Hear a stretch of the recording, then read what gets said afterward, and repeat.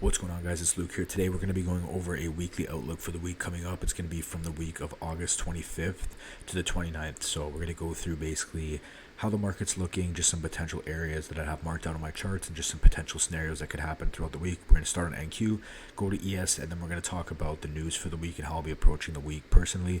So starting on the monthly, obviously our August candle has, well, today's Saturday, so we have 6 days left on this candle.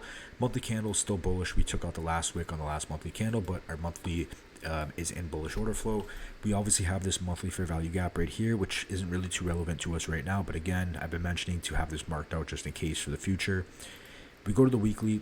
We had a strong rejection candle on the weekly. The weekly candle did close bearish opposed to ES, but we did have a strong rejection to the downside after that Jackson Hole speech with Powell and everything like that, which pumped the market back up, or otherwise we would have had a bearish week. And yeah, so weekly is still in bullish order flow regardless. Now we drop down to the daily.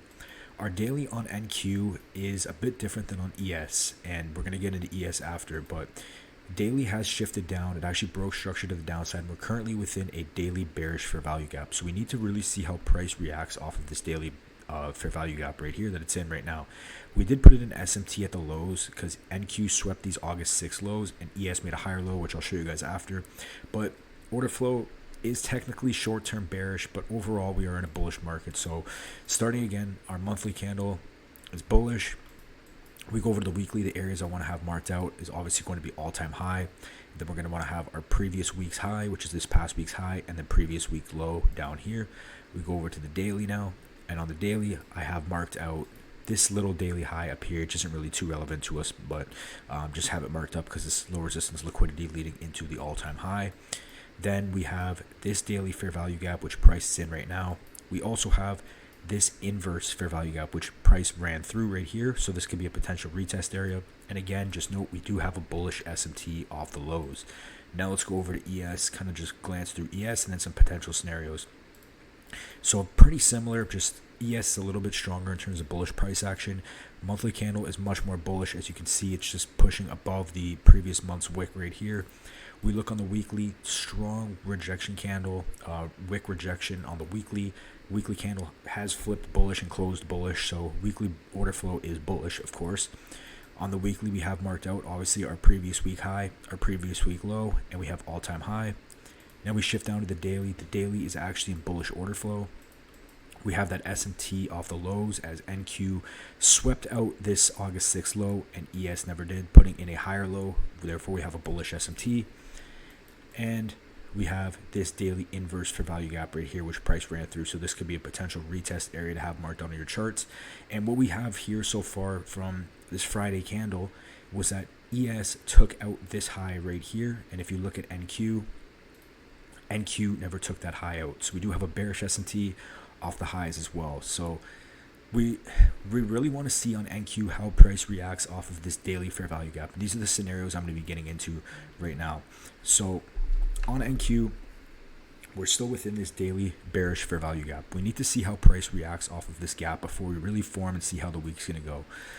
For potential scenarios, what we could see happen, if NQ ends up flipping this gap, we get a retrace into it, we will be seeing most likely new all-time highs, and then a scenario where we do go into price discovery and we see higher prices, and then the price just develops from there. That could be scenario number one.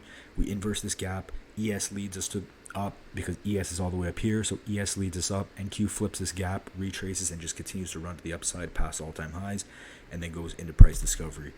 Scenario number two, maybe we get a brief sell-off into this inverse fair value gap right here, and then we continue up from there. That could be a potential area as well.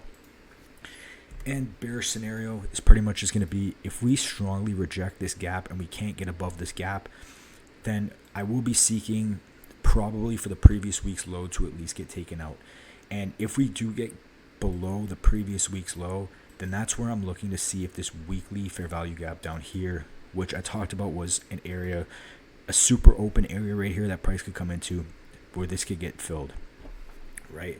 So that's this bearish case scenario, okay?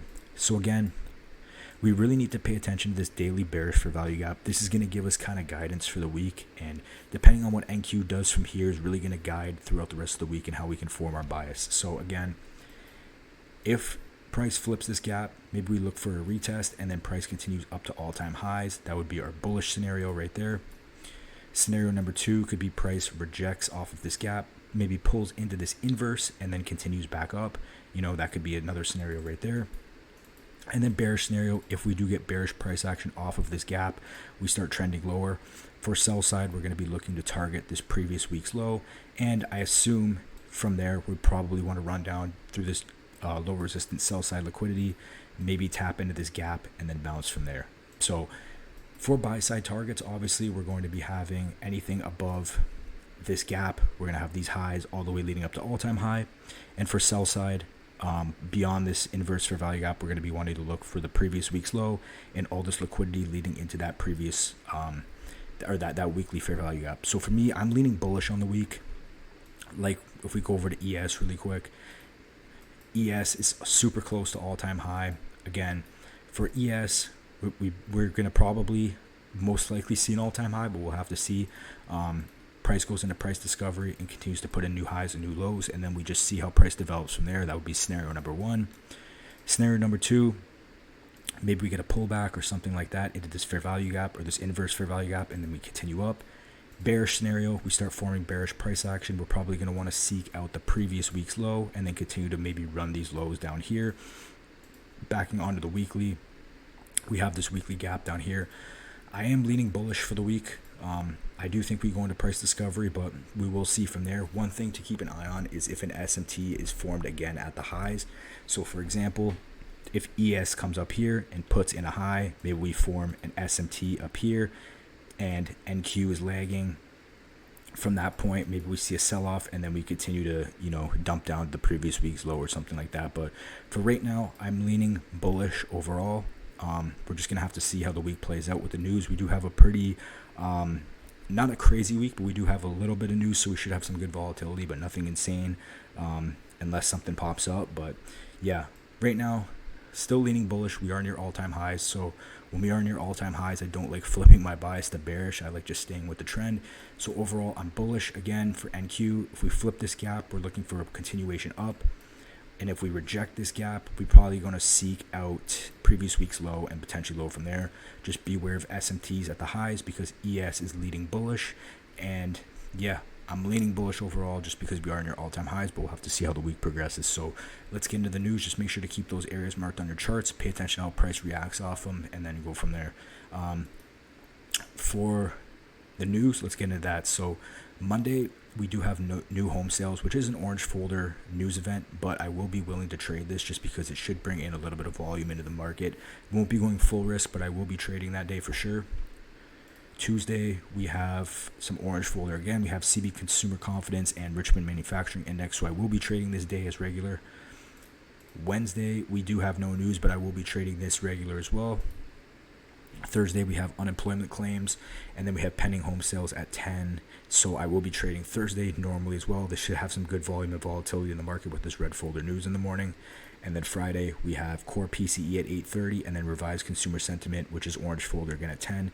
Again, we should have some good volatility this day from the red folder. And yeah, this should be a good trading week every single day. Tuesday to Friday, normal risk. Monday, probably just slightly lower risk, but I will be trading that day. But that's going to wrap it up for me, guys. Hope you guys enjoyed this one. Again, if you guys want to join the Discord, link in the description, link in the pinned comment. If you guys want a live trade commentary, all that stuff like that, everything is in there. Mentorships in the description. That's going to wrap it up for me. I'll see you guys in the next video, and I'll talk to you then. Peace.